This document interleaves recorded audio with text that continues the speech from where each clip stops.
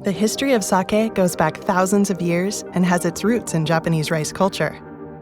It was once considered a sacred drink to be presented to the gods and served as a link between them and human beings. Cherished as the national alcoholic drink of Japan since ancient times, sake's unique sweetness and savoriness provided by use of rice as the central ingredient have enriched the lives of Japanese people throughout history.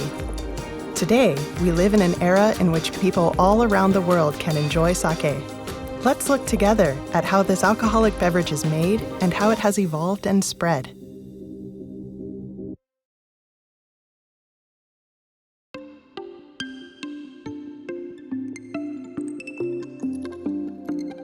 The quality of sake degrades when it is exposed to high temperatures, light, or oxygen. The following 3 tips can help you maintain sake quality so it tastes fresh with every pour.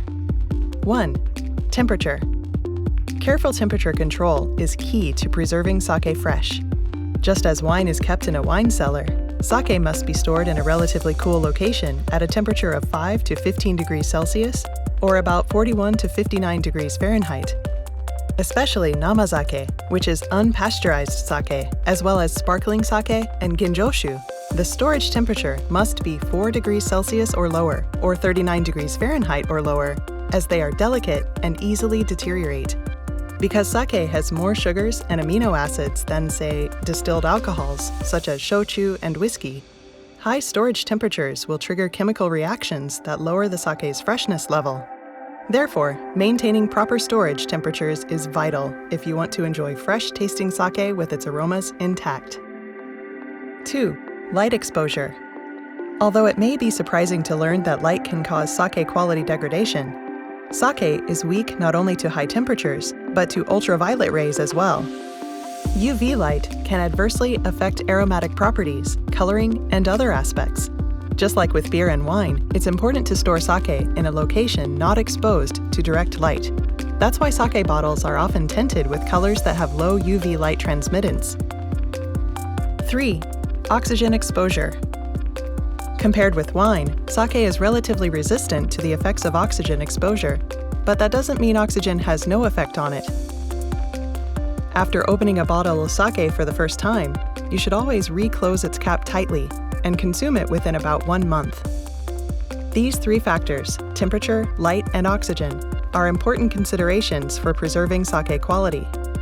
One way to tell that a sake has started to go bad is by checking its aroma. Sake that has been appropriately stored and aged for 10 or even 20 years has a favorable aged sake scent known as jukusei-ka in Japanese. Inappropriately stored and aged sake has an off-flavors, almost burnt or sulfur-like odor, which is called hine-ka.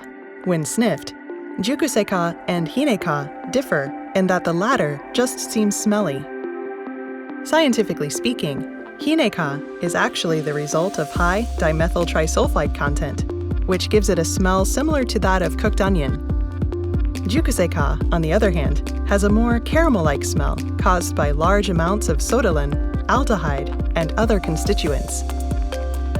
We understand that these 2 spectrum-defining indicators are rooted in storage methods, and based on this knowledge, sake researchers are pursuing new methods for long-distance transport and long-term storage applications. The more you learn about sake, the more fascinating it becomes. Practice proper storage to enjoy better sake flavors.